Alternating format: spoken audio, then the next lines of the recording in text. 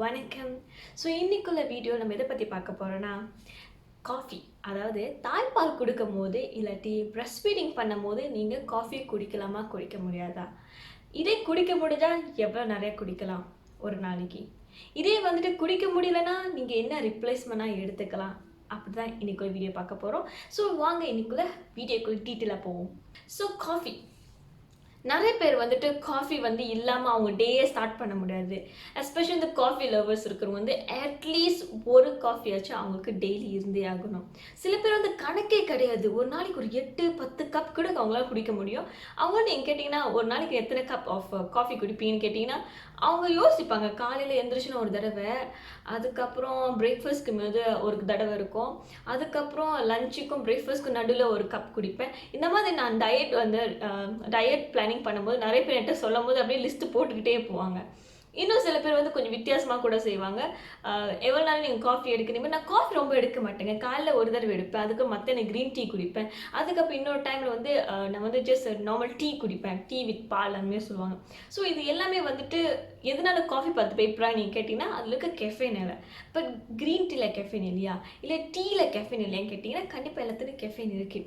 Even ஏன் breast feeding அதாவது தாய்ப்பால் கொடுக்கும்போது காஃபி குடிக்காதீங்க அட்வைஸ் பண்ணுறாங்கன்னா காரணமே கெஃபைன். நீங்கள் கேட்டு பாருங்கள், உங்ககிட்ட அட்வைஸ் பண்ணுறவங்க என்ன சொல்லுவாங்கன்னா காஃபி நீ ஏன் குடிக்கக்கூடாதுன்னா பிரஸ்ட் ஃபீடிங் பண்ணும்போது உன்னோட கெஃபைன் வந்து உன் பேபிக்கு வந்து பிரஸ்ட் மில்க் மூலிமா ட்ரான்ஸ்ஃபர் ஆகும். ஸோ அதனால் வந்து உன் பேபி ரொம்ப ஃபஸியாக இருக்கும், சீக்கிரமாக இரிட்டேபிள் ஆகும், இல்லாட்டி வந்துட்டு தூங்க மாட்டாங்க, லைக் ரொம்ப ஆக்டிவாக இருப்பாங்க, நீ தூங்க வைக்க ட்ரை பண்ண தூங்க மாட்டாங்க. ஸோ இந்த மாதிரியான விஷயம் சொல்லுவாங்க. ஸோ இதை பற்றி நான் உங்களுக்கு டீட்டெயிலாக என்ன சொல்கிறேன்னா, உங்களோட கெஃபைன் நீங்கள் குடிக்கிற கெஃபைன் வந்து உங்கள் பேபிக்கு பாஸ் த்ரூ பண்ணுதான்னு கேட்டிங்கன்னா டெஃபினெட்லி. பட் எத்தனை பர்சன்டேஜ் வந்து அது பாஸ்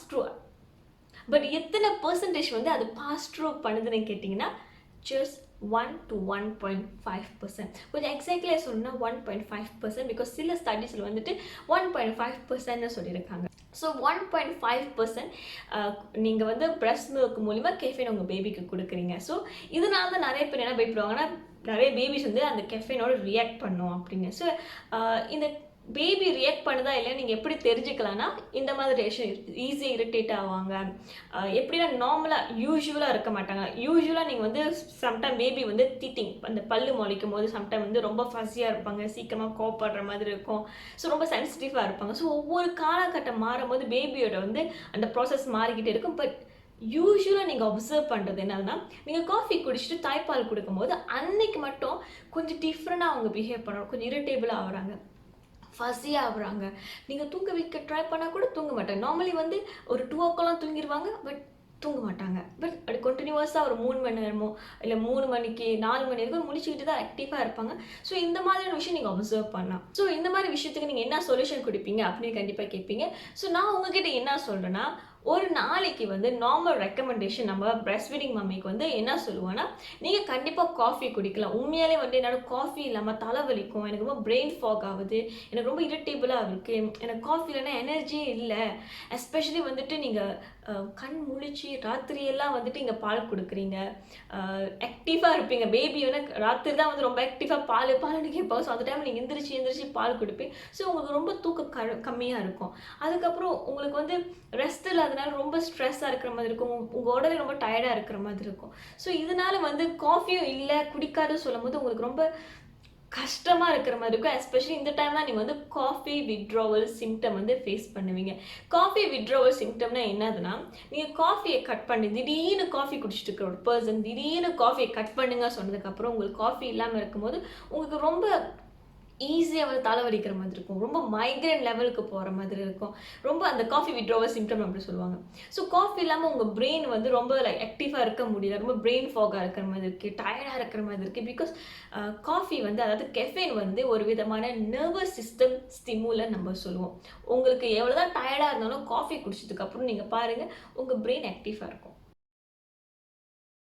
ஆக்சுவலி வந்து உங்களோட ஆன்சர் என்ன சொல்லணும்னு நினச்சின்னா, நீங்கள் கண்டிப்பாக காஃபி குடிக்கலாம். காஃபி இல்லாமல் இருக்க முடியாதுங்க அப்படி சொல்கிறவங்களுக்கு கண்டிப்பாக நீங்கள் காஃபி குடிக்கலாம். பட் ஒரு கப்போட மெயின்டைன் பண்ணுங்க. அதாவது ஒரு கப்போட முடிச்சுக்குங்க. இப்போ வந்து நாங்கள் காஃபி ஒரு கப்னு சொல்லும் போது நிறைய பேர் மைண்ட் என்ன போனால் ஒரு மக் சைஸ் தான் போவோம். பிகாஸ் இப்போ உள்ள காலகட்டத்தில் வந்து கப்பு மாறி இப்போ மக்கு மாதிரி பெருசாக வந்துருச்சு. ஸோ மக்கு வந்ததுக்கப்புறம் கோலை கூட பெருசாக தான் இருக்கும். ஸோ இதில் காஃபி குடிக்கணும் வந்து ஒரு கப்னு சொல்லும்போது கொஞ்சம் கஷ்டப்படுவாங்க. அதுவும் ஃபியூ கப்ஸ் ஆஃப் காஃபி குடிக்கணும் வந்து ஒரு கப் வந்து கொஞ்சம் கஷ்டமாக தான் இருக்கும். உண்மையான ரெக்கமெண்டேஷன் எவ்வளோனா ஒரு நாளைக்கு 2 to 3 கப்ஸ். நம்மளே 2 கப்ஸ் தான் சொல்லுவாங்க. பட் நான் என்ன அட்வைஸ் பண்ண ஒரு கப்போட முடிச்சுக்குங்க நான் சொல்வேன். பிகாஸ் ஏன் நான் சொல்கிறேன்னா, ஓகே இந்த ஒரு கப் காஃபியில் வந்து எவ்வளோ நிறைய கெஃபைன் இருக்குன்னு பார்த்தீங்கன்னா ஒரு 100 மில்லிகிராம் கெஃபைன் இருக்குது.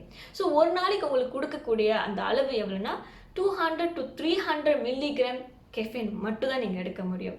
ஸோ நீங்கள் காஃபியில் வந்து டிஃப்ரெண்ட் டைப்ஸ் ஆஃப் பீன்ஸ், அதாவது டிஃப்ரெண்ட் டைப்ஸ் ஆஃப் பீன்ஸில் வந்து டிஃப்ரெண்ட் அமௌண்ட்ஸ் ஆஃப் கெஃபைன் இருக்குது.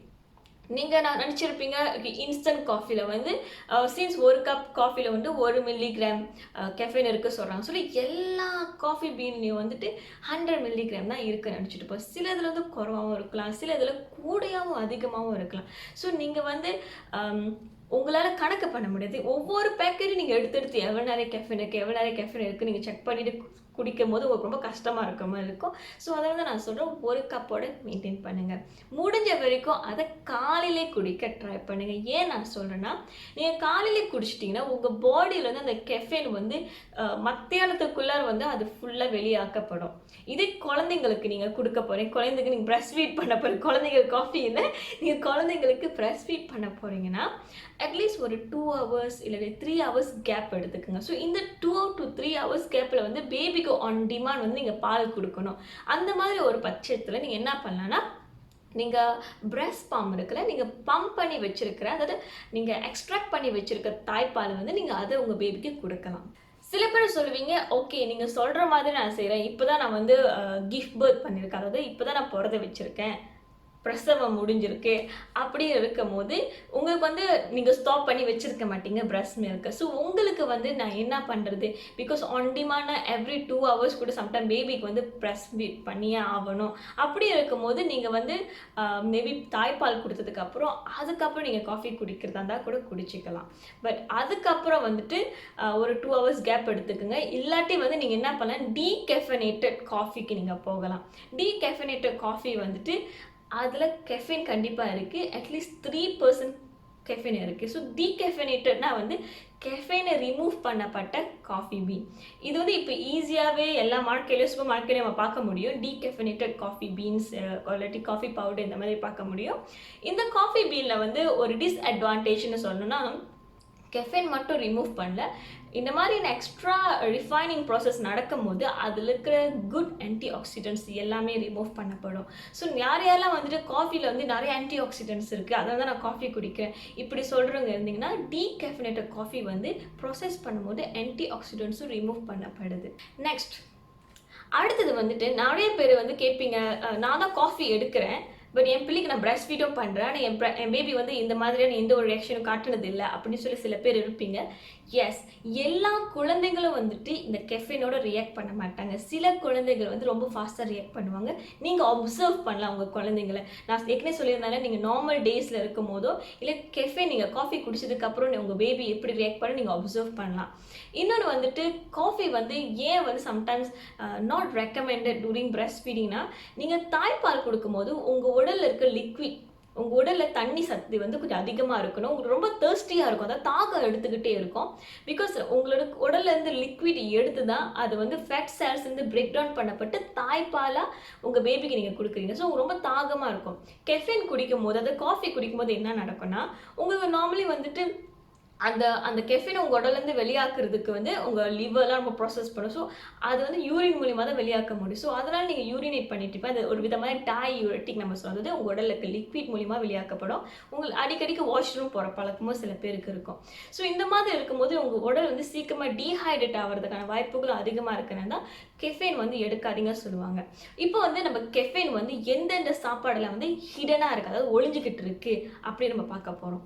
இன்னொன்று ஏன் இது உங்களுக்கு நான் ஸ்பெசிஃபிக் ஸ்பெசிஃபிக்காக ஷேர் பண்ணுறேன்னா, ஏன்னா நான் சொன்னல உங்ககிட்ட ஒரு கப்போட காஃபியோட நிப்பாட்டிக்குங்கன்னு சொல்கிற காரணம் எதுக்குன்னா, நீங்கள் சம்டைம்ஸ் வந்து மற்ற சாப்பாடு வந்து கெஃபைன் இருந்திருக்கும், பட் நீங்கள் அது தெரியாமல் சாப்பிடுவீங்க, தெரியாமல் எடுப்பீங்க. ஸோ அதனால தான் வந்து இதை உங்ககிட்ட நான் ஷேர் பண்ணுறேன். இந்த மாதிரி நீங்கள் எடுக்கும்போது நீங்கள் 100 மில்லிகிராம் கெஃபைன் தான் எடுத்திருப்பீங்கன்னு நினச்சிருப்பீங்க, பட் எக்ஸ்ட்ரா மற்ற சாப்பாடில் ஒளிஞ்சிட்டு இருக்கும் போது இதோட சேர்த்து நீங்கள் 150 to 100 மில்லிகிராம் அப்படின்னு கூட போய்கிட்டே இருக்கலாம்.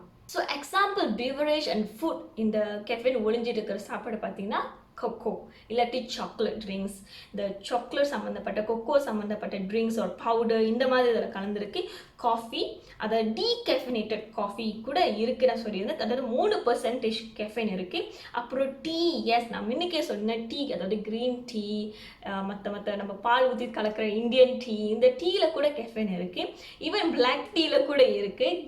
அதெல்லாம் நான் சொல்கிறேன். ஸோ மச்சா க்ரீன் டீ இல்லாட்டி வந்துட்டு மற்ற கெஃபைன் ஃப்ரீ டீயில் கூட சம்டைம்ஸ் கொஞ்சம் அமௌண்ட் ஆஃப் கெஃபைன் வந்து ஒழிஞ்சிக்கிட்டு இருக்கும்.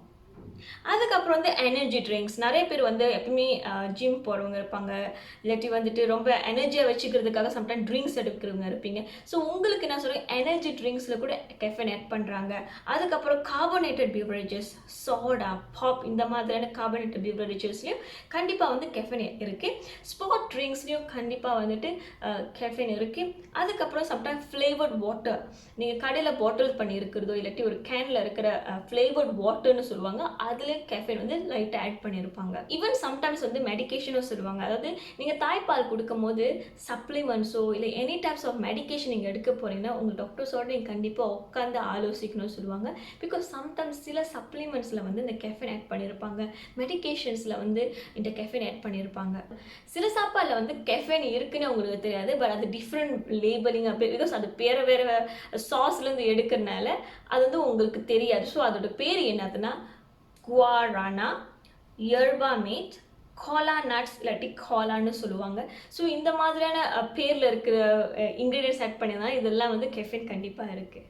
ஸோ அவ்வளோதான் கைஸ் இன்னைக்குள்ள வீடியோ. சொல்ல மறந்துட்டேன்.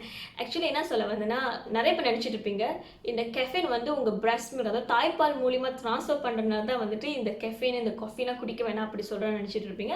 நான் ஏற்கனவே ஒரு விஷயம் சொல்லியிருந்தேன், டீஹைட்ரேஷன் கூட காரணமாக இருக்கும், உங்கள் உடலை வந்து டீஹைட்ரேட் ஆகக்கூடாதுக்காக நீங்கள் கெஃபைன் அவாய்ட் பண்ணுங்க நான் சொல்லியிருந்தேன். இன்னொன்று உங்கள் பிரெஸ்ட் மில்க் மூலிமா வந்து கெஃபைன் வந்து ட்ரான்ஸ்ஃபர் பண்ணப்படுது. அதாவது 1.5% தான், 100% இல்லை, அதிகமான பெர்சன்டேஜ் கூட இல்லை. இன்னொரு காரணம் என்னன்னா அயன். நம்ம உடலில் வந்துட்டு நார்மலி கேள்விப்பட்டிருப்பீங்க, முன்ன வந்து நான் வந்து ஒரு போன் அதாவது எலும்பு சம்மந்தப்பட்ட ஒரு கம்பெனியில் வந்துட்டு ஒரு நியூட்ரிஷனிஸ்டாக வேலை செஞ்சுருக்கேன். ஸோ அங்கே வந்து நான் எப்பயும் கன்சல்ட் பண்ணுற ஒரு விஷயம் என்னென்னா, மோஸ்ட் வந்து ஆஸ்டியோபோரோசிஸ் அண்ட் ஆஸ்டியோபீனியா இருக்கிற ரிஸ்க் இருக்கிற பேஷண்ட்க்கு என்ன நான் எப்பயுமே வந்து அட்வைஸ் பண்ணுவேன்னா, முடிஞ்ச வரைக்கும் நீங்கள் காஃபி வந்து உங்களோட மீலோட எடுக்காதீங்க, செப்பரேட் பண்ணிக்கோங்க. பிகாஸ் காஃபியில் இருக்க கெஃபைன் வந்து உங்களோட அயன் அண்ட் கால்சியம் அப்சார்ப்ஷன் வந்து எப்பயும் பிளாக் பண்ணும் அப்படி சொல்லி நான் சொல்லியிருப்பேன். ஸோ இந்த இன்ஃபர்மேஷன் எதுக்கு உங்களுக்கு நான் ஷேர் பண்ணுறேன்னா, இது not only for those already have osteoporosis or osteopenia, like வீமனுக்கு வந்து iron supplements is very important. And growing பண்ணுற பேபிஸ், அதாவது பிறந்த பேபி வந்து வளர்றதுக்கு வந்து அயனும் ரொம்ப இம்பார்ட்டன்ட். நீங்கள் வந்து ஒரு நாளைக்கு 3 கப், அதாவது 3 கப்புக்கு மேலே உள்ள காஃபி குடிச்சு, 3லேருந்து 3 கப்புக்கு மேலே உள்ள காஃபி குடிச்சிங்கன்னா உங்கள் பிரெஸ்ட் மில்க் சப்ளையில் வந்துட்டு அயன் அதாவது இரும்பு சத்து குறையிறதுக்கான வாய்ப்புகளும் இருக்குது. ஸோ அதனால் try to minimize your coffee intake. Coffee குடிக்க முடியாது அப்படின்னு கேள்விப்பட்டு உங்களுக்கு வந்து காஃபி குடிக்கலாம் அப்படின்னு ஒரு பதில் கிடச்சி நீங்கள் ரொம்ப சந்தோஷப்படுவீங்க. So try to maintain just within 1 cup. அப்படியே கூட போகிறதா நினச்சிங்கன்னா try to go for 2 cups and don't go more than that. So அவ்வளோதான் guys. I really hope this information is very useful for you guys. And உங்கள் ஃபேஸில் ஒரு smile கொடுத்துருக்கோம் அப்படின்னு நினைக்கிறேன். ஸோ அது வரைக்கும் உங்களை அடுத்த வீடியோவில் பார்க்குற வரைக்கும் bye from Lava.